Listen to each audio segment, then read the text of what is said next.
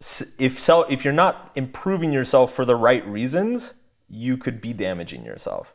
The why behind everything you try to improve or everything that you're driven towards is more important than actually, how far you get. So for me, I see a very direct connection between self-improvement and ethics.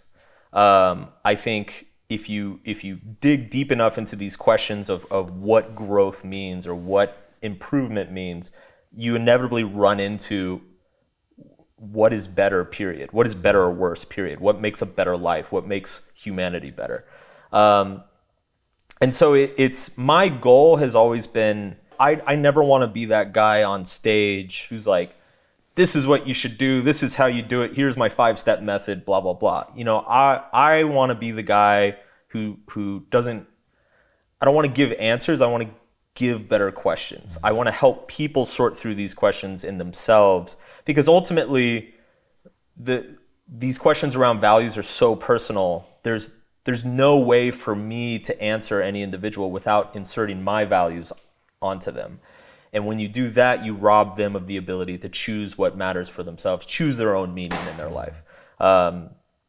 So for me, it's all about just pointing people in the right direction, pointing out, little hypocrisies or little kind of paradoxes, and trying to steer them towards finding their own answers. So give me some of those better questions then. What should we be asking ourselves? Well, the classic thing is always write down a list of goals or whatever. I would go past that. I'd say, write down your goals and then ask yourself, why do I want each of these goals?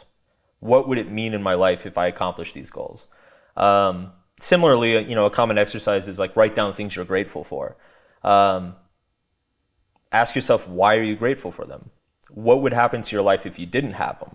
I mean, that's the crazy thing, is that a lot of times the things we're most grateful for are actually the things that we're all fucked up about. It's if you had asked me when I was, in one of I had a series of very dysfunctional relationships.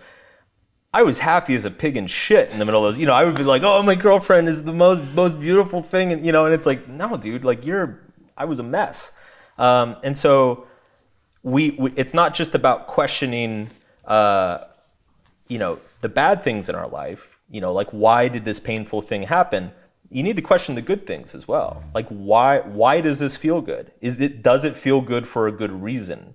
Because there are a lot of things that feel good that are actually hurting you.